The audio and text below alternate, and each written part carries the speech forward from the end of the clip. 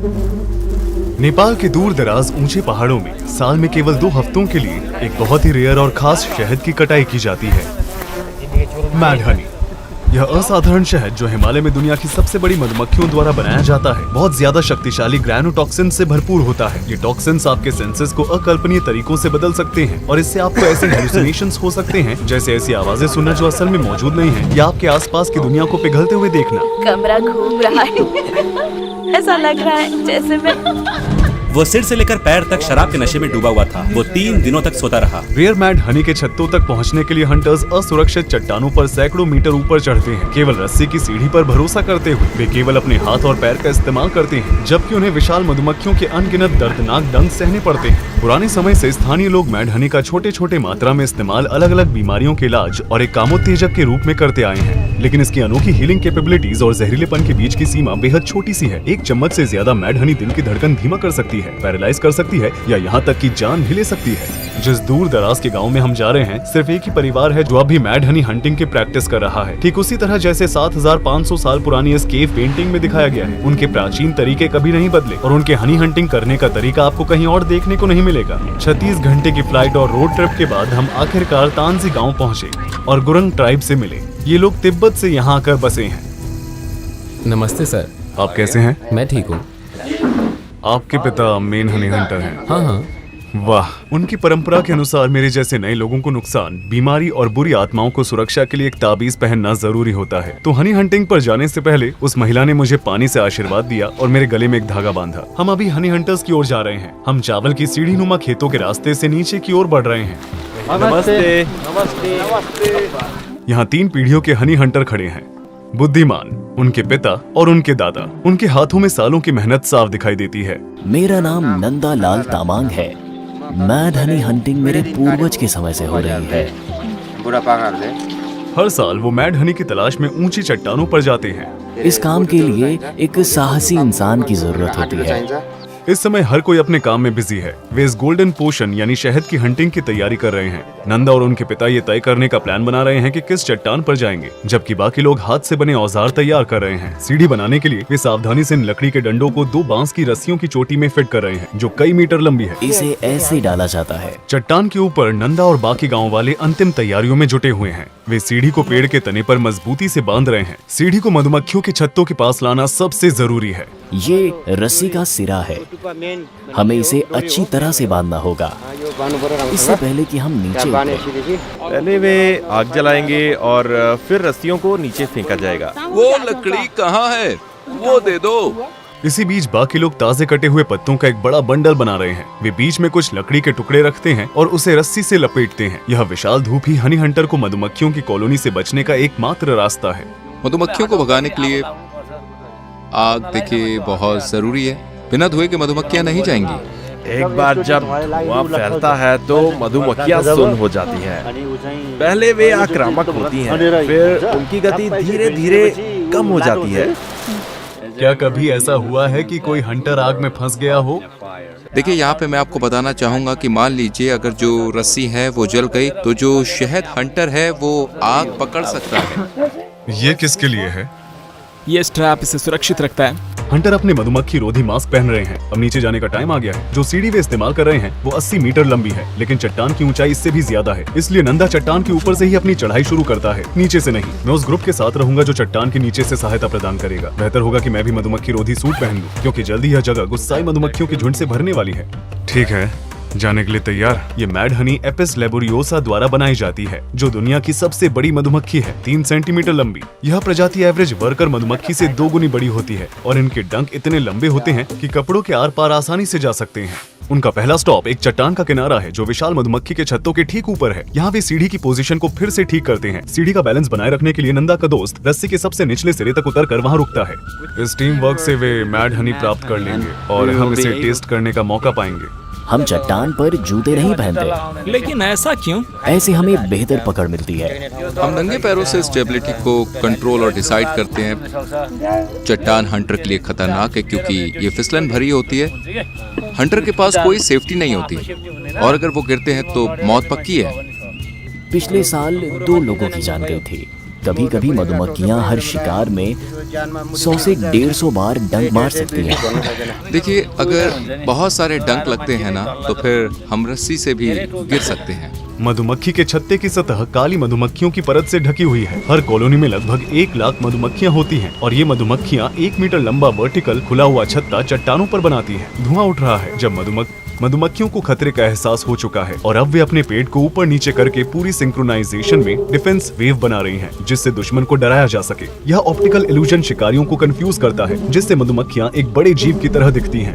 मधुमक्खियां मेरे ड्रोन से लड़ रही हैं। वे इसे एक विशाल भिनभिनाते हुए घुसपैठिए के रूप में देख रही है। अब वक्त आ गया है सबसे मल्टीटास्किंग काम का। नंदा को कई चीजें संभालनी है। वो 2 डंडों का इस्तेमाल कर रहा है। एक से बास्केट को बैलेंस कर रहा है। डंडे को स्थिर रखने के लिए वो अपने पैर का इस्तेमाल करता है और दूसरे डंडे से वो बड़ा सा शहद का छत्ता काट रहा होता है, जबकि मधुमक्खियां गुस्से में चारों तरफ भिनभिना रही होती हैं। हर बार जब वो छत्ता काटता है तो कई किलो शहद बाहर आता है। हर हंट के दौरान मधुमक्खियां उसे 100 से ज्यादा बार डंक मार सकती हैं, लेकिन उसे स्थिर रहना पड़ता है। उसकी एकमात्र सुरक्षा बांस की सीढ़ी से बंधी रस्सी है। कोई भी गलत कदम उसके लिए जानलेवा हो सकता है।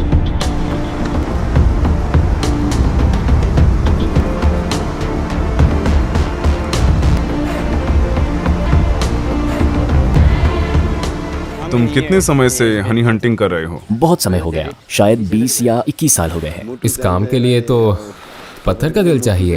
ये एक जोखिम भरा काम है और इसे हर कोई नहीं कर सकता। हर कोई मैड हनी तो चाहता है, लेकिन जब वो इस काम की हकीकत को देखते हैं तो हैरान रह जाते हैं। हम इसे ज्यादा नहीं खाते, बस साल में कुछ चम्मच ही खाते हैं। ये हमें लगभग पूरे 24 घंटे तक नशे में रखता है।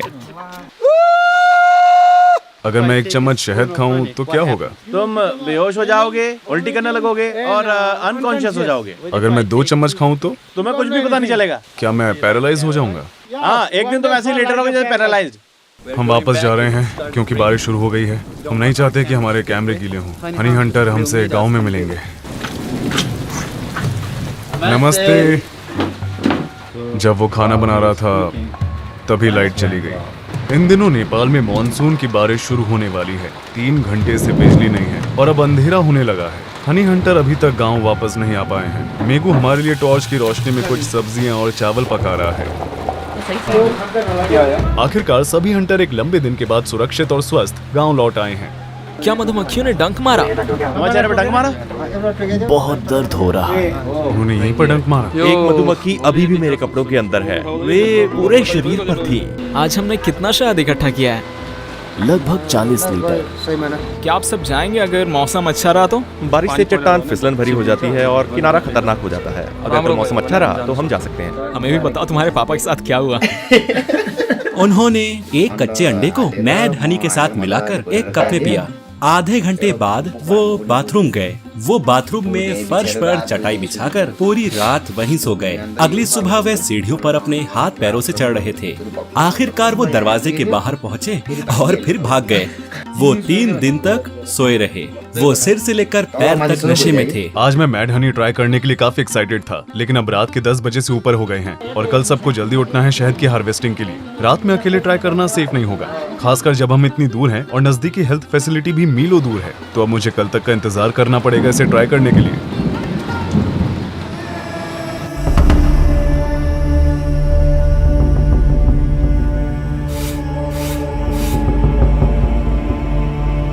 अब हम ब्रेकफास्ट करने जा रहे हैं। सुबह के 7 बज रहे हैं। ब्रेकफास्ट के बाद हम फिर से हनी हंटिंग पर जाएंगे और इस बार मैं इसे टेस्ट करूंगा।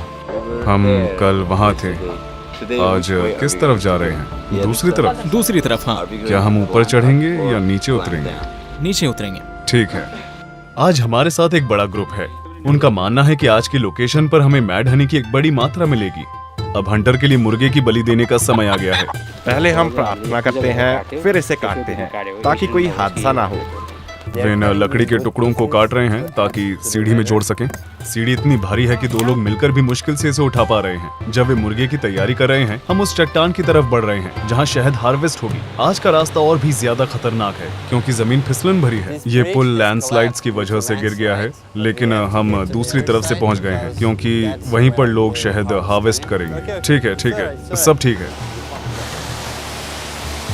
हमें एक साथ होकर चलना होगा क्योंकि हम पुल को हिला रहे हैं। बहुत खतरनाक है। तुम ठीक हो? हाँ मैं ठीक हूँ, और तुम? मैं भी ठीक हूँ। हाँ। हम बस पहुँचने वाले हैं। ठीक है, मैं नीचे आ रहा हूँ। कूदो। हाँ, मैंने पकड़ लिया।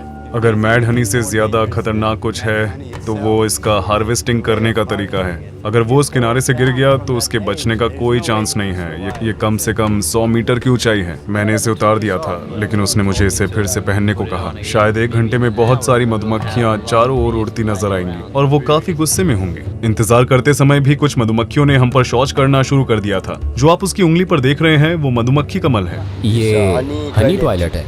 तो ये मधुमक्खी का मल है। नंदा और बाकी हंटर फिर से काम में लग गए हैं। सीढ़ी और जलता हुआ बंडल नीचे उतार दिया गया है। मैड हनी हार्वेस्ट शुरू हो गया है। देखिए कैसे उसने अपने पैर से इस लकड़ी को ठीक किया है। कमाल है। वो वहाँ एक एक्रोबैट की तरह काम कर रहा है। ग्रैनोटॉक्सिन्स हिमालय में खिलने वाले रोडोडेंड्रोन फूलों के रस से आते हैं और मधुमक्खियों को 1 किलो शहद बनाने के लिए लगभग 40 लाख फूलों का दौरा करना पड़ता है। एक एवरेज वर्कर मधुमक्खी अपनी पूरी लाइफ टाइम में सिर्फ 1 टेबलस्पून का 20वां हिस्सा शहद बनाती है। इसलिए ये कोई हैरानी की बात नहीं है कि 200 ग्राम रेयर मैड हनी, जिसमें सबसे ज्यादा ग्रैनोटॉक्सिन होते हैं, जिसको मैं अभी टेस्ट करने वाला हूँ, मार्केट में लगभग $400 में बेची जा रही है। लेकिन दुखद सच ये है कि अपनी जान जोखिम में डालकर हार्वेस्ट करने वाले हंटर्स किलो के हिसाब से हनी बेचकर प्रति व्यक्ति $20 से भी कम कमाते हैं। शहद से भरा एक टोकरा यहाँ आता है जो सीधा चट्टान से ऊपर लाया गया है। टीम अब मैड हनी निकालने में लगी है। वो एक स्ट्रॉ छलनी का इस्तेमाल कर रहे हैं ताकि लार्वा, मरी हुई मधुमक्खियाँ, कीड़े मकोड़े और दूसरी गंदगी को छानकर प्लास्टिक जरीकीन में स्टोर किया जा सके। आखिरकार मैड हनी का स्वाद चखने वाला हूँ। यही वो पल है जहाँ चीजें वाकई रोमांचक हो जाती है। इसका स्वाद हल्का कड़वा है जिसमें मिठास भी है। मैं सच में ग्रायोटॉक्सिन्स का असर तुरंत महसूस कर सकता हूँ। थोड़ी झंझनाहट हो रही है ना? हाँ, इसका टेक्सचर अलग है। ये मुंह में जलन पैदा करती है। जैसा तुमने कहा था ये शुरू हो चुका है। ये कुछ मसालेदार खाने जैसा है। हाँ, लेकिन एक खतरा है जिसके बारे में सोचा नहीं। हो सकता है कि तुमने स्वाद चखते समय कुछ हनी निकल ली हो। हमें तुम्हें जल्दी से ऊपर ले जाना चाहिए क्योंकि इसका असर 45 मिनट में शुरू होता है। मैं बिल्कुल भी नहीं चाहता कि इस वीराने में टेम्परेरी पैरालिसिस या बेहोशी का अनुभव करूं, इसलिए मैं तेजी से आगे बढ़ रहा हूं। जब आप इस शहद के नशे में आ जाते हैं ना, तो 12 घंटे के लिए तो आप बिल्कुल डेड हो जाते हैं। शरीर तक को तो आप हिला ही नहीं सकते। सच में? हाँ, और इस हाल में फिर आपको ऊपर उठा करके कोई ले जाना नहीं चाहेगा। क्या इतनी सी मात्रा से मुझे नशा हो जाएगा? इतनी सी मात्रा से? कभी कभी हाँ। हमारे लिए वापस जाने के लिए काफी लंबा रास्ता। हम जल्दी से गांव लौटने की कोशिश कर रहे हैं। उम्मीद है मेरा शरीर मुझे धोखा नहीं देगा। क्योंकि हम काफी ऊपर चढ़ चुके हैं, यहाँ हम थोड़ी देर के लिए ब्रेक लेने वाले हैं। हम उस मुर्गे को खाएंगे जिसकी शहद के हार्वेस्ट से पहले बलि दी गई थी। ले लो भाई। शुक्रिया भाई। उसे कई बार मधुमक्खियों ने डंक मारा है और एक दर्दनाक डंक उसकी निचली होठ पर लगा है। उसका होठ अब साफ तौर पर सूज गया है। कुछ खाने से मैड हनी और ग्रैनोटॉक्सिन के अब्जॉर्प्शन की गति धीमी हो जाएगी, जो मेरे खून में जा रहा है। इससे हम थोड़ा कम जल्दबाजी से आगे बढ़ सकते हैं। मैड हनी को सबसे पहला बायोलॉजिकल वेपन माना जाता है। 67 BC में जब रोमन आर्मी ने ब्लैक सी रीजन पर हमला किया, तब पॉन्टस किंगडम के सोल्जर्स ने उनके रास्ते में मैड हनी कॉम्स रख दिए। रोमन सैनिक इसका सामना नहीं कर पाए, नशे में हो गए, अपनी सुरक्षा खो बैठे और अंततः उनकी दुखद मौत हो गई। जब मैं सही मात्रा में लेता हूँ तो मैं चीजों को और साफ देख पाता हूँ, मानसिक रूप से एक्टिव महसूस करता हूँ, मैं ज्यादा फोकस के साथ काम कर पाता हूँ। मैं इसे मेडिटेशन के लिए इस्तेमाल करता हूँ। सही मात्रा क्या है? ये शहद पर निर्भर करता है। ये वाला बहुत स्ट्रॉन्ग है तो मेरे लिए 1 टेबलस्पून काफी है। अगर आप ज्यादा खा लेंगे तो ये बहुत बुरा हो सकता है। आखिरकार मैं बिना किसी परेशानी के गांव के प्रवेश द्वार पर पहुंच गया और अब मैं यहाँ मैड हनी को एक आखिरी बार खाने वाला हूँ। इस बार मैं खुद को रोक नहीं रहा और एक अच्छी खासी मात्रा में मैड हनी अपने मुंह में डाल रहा हूँ। मैंने कुछ ज्यादा ही खा लिया।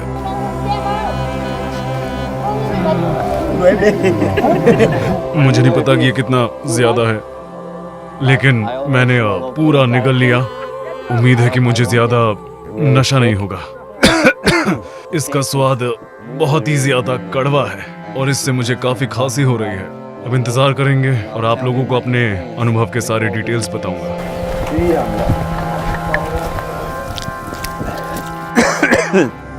आपके शरीर में सबसे पहले गर्मी महसूस होगी, फिर हल्की झंझनाहट भी। क्या तुम्हें लगता है कि मैंने बहुत ज्यादा शहद खा लिया? ये तो ठीक ठाक मात्रा है। हमारा एक दोस्त इसी हनी का एक छोटा चम्मच खाकर उल्टी करने लग गया था। तो जो मैं महसूस करूंगा वो पूरी तरह से एक सरप्राइज होगा। हर किसी को इसका अलग एक्सपीरियंस होता है। चलिए थोड़ा इंतजार करते हैं और देखते हैं क्या होता है। मैड हनी खाए हुए कुछ घंटे हो चुके हैं और आखिरी बार जब मैंने देखा तो मैगू की तबीयत ठीक नहीं लग रही थी। अब मैं जाकर देखता हूँ कि वो कैसा है। कैसा महसूस हो रहा है भाई? अच्छा नहीं, बिल्कुल अच्छा नहीं। तुमने कितना खाया? बस थोड़ा सा, बस। मैंने तुमसे ज्यादा खा लिया। क्या तुम सोना चाहते हो? हम तुम्हें अकेला छोड़ सकते हैं। ठंड लग रही है। और मेरे पैर, मेरी उंगलियां बहुत ठंडी हो रही। तो क्या तुम खड़े हो सकते हो? नहीं, बिल्कुल नहीं। मुझे प्यास लग रही है, अगर मैं पानी पीऊं? मत पियो। क्यों? मुझे ही प्यास लगी थी, मैंने पानी पिया, उसके बाद मुझे उल्टी हुई थी, फिर से उल्टी हुई, फिर से उल्टी हुई, मुझे 10 बार उल्टी की मैंने। जल्द ही मुझे भी मेगू जैसे लक्षण महसूस होने लगे। मेरे शरीर का तापमान अचानक गिर गया और मैंने खुद को सबसे पहले जो कंबल मिला उसमें कसकर लपेट लिया। क्या खांसी आना सामान्य है? क्या तुम चाय या पानी पीना चाहोगे? हाँ, देखो ये गर्म है। हाँ, लेकिन मुझे अपनी उंगलियों पर कोई गर्मी महसूस नहीं हो रही। मैं इसे ऐसे घंटों तक पकड़ सकता हूँ। चलो देखते हैं हम दोनों में से कौन इसे ज्यादा देर तक पकड़े रखता है। क्या तुम अभी पकड़ सकते हो? ग्रैनोटॉक्सिन मानव शरीर में सोडियम चैनलों की गतिविधि को बाधित करता है, जिससे सेल मेम्ब्रेन में न्यूरॉन्स और मसल सेल्स के बीच सही तरह से संचार और कार्य नहीं हो पाता। इसलिए इस वक्त मेरी उंगलियों के सिरों में गर्मी का एहसास नहीं हो रहा है और उनमें झंझनाहट और सुन्नपन जैसे असामान्य एहसास हो रहे हैं और मुझे असर धीरे धीरे पूरे शरीर में फैलता महसूस हो रहा है। ले लो भाई, ले लो। अब मुझे बहुत गर्मी लग रही है। शरीर को बारी बारी से गर्मी और ठंडक महसूस हो सकती है। अगर वो नशे में है तो उसे ज्यादा इधर उधर नहीं घूमना चाहिए। पहले मुझे लगा कि मैं जल रहा हूँ, इसलिए मैंने अपनी शर्ट उतारने की कोशिश की और फिर थोड़ी देर बाद मुझे ठंड लगने लगी। आज हमने जो मैड हनी हार्वेस्ट की थी, उस महिला ने भी एक चम्मच लिया। वो अच्छे मूड में लग रही है। कमरा घूम रहा। मुझे उल्टी जैसा महसूस हो रहा है। मेरे हाथ पैर में झंझनाहट हो रही है। सब कुछ घूम रहा है। कभी कभी मुझे रोने का मन करता है तो कभी हंसने का। हमारे होस्ट को मैड हनी से मुझसे ज्यादा फायदा हो रहा है। इनकी उम्र कितनी है? पूछना थोड़ा रूड हो सकता है, माफ करना। तुम्हारी उम्र क्या होगी? तुम मेरी उम्र पूछ रहे हो? हाँ। मैं 1 साल की हूँ। ये क्या कह रही हैं? मैं 1 साल की हूँ, 1 साल। मैंने उसे यहाँ किडनैप कर लिया है। मुझे ऐसा लग रहा है जैसे मैं बहुत नशे में हूँ। ऐसा लग रहा है कि मैं उड़ रही हूँ। ओह, आप इनके बारे में क्या सोचती हैं? क्या वो हमारे कैमरे पर रिकॉर्डिंग को लेकर कंफर्टेबल है? हाँ। मुझे वो पसंद है। मैं उसे बॉयफ्रेंड बना सकती हूँ। मुझे इनके देश से एक बूढ़ा आदमी ला कर दो जो मेरा बॉयफ्रेंड बन सके। मुझे यहाँ सिर दर्द हो रहा है, मेरे माथे से लेकर मेरी बाईं आंख तक, इसलिए मैं अपनी आंख खोल कर रखना नहीं चाहता। मेरे पूरे शरीर में दर्द हो रहा है। सेकंड्स घंटों जैसे लग रहे हैं और मुझे थोड़ा बहुत समय का एहसास नहीं रहा है। अब असर और भी तेज हो रहा है और मुझे उल्टी जैसा महसूस होने लगा है। अचानक से मैंने उल्टियां शुरू कर दी। ग्रैनोटॉक्सिन का कोई एंटीडोट नहीं होता। ज्यादातर समय शरीर इसे सहन कर लेता है, लेकिन कुछ रेयर मामलों में इससे हार्ट फेलियर हो सकता है। इसके औषधीय लाभों का आनंद बिना साइड इफेक्ट्स के लेने के लिए सबसे अच्छा तरीका है कि अपने डॉक्टर की सलाह पर ही लें। खुशकिस्मती से मेरा शरीर 24 घंटे के अंदर इस जहर को साफ कर चुका था और अगली सुबह मैं काफी बेहतर महसूस कर रहा था, भले ही रात सिर दर्द, जी मचलना और कानों में बजने वाली आवाजों के साथ गुजरी हो। मैड हनी आसानी से नहीं मिलती। इसे चट्टानों के किनारे बने छत्तों से निकालने के लिए कुशल और बहादुर लोगों की जरूरत होती है। गुरुंग समुदाय एक समृद्ध सांस्कृतिक धरोहर को संजोए हुए है, जिसे मैं आशा करता हूँ कि आने वाली जनरेशन तक पहुँचाया जाएगा।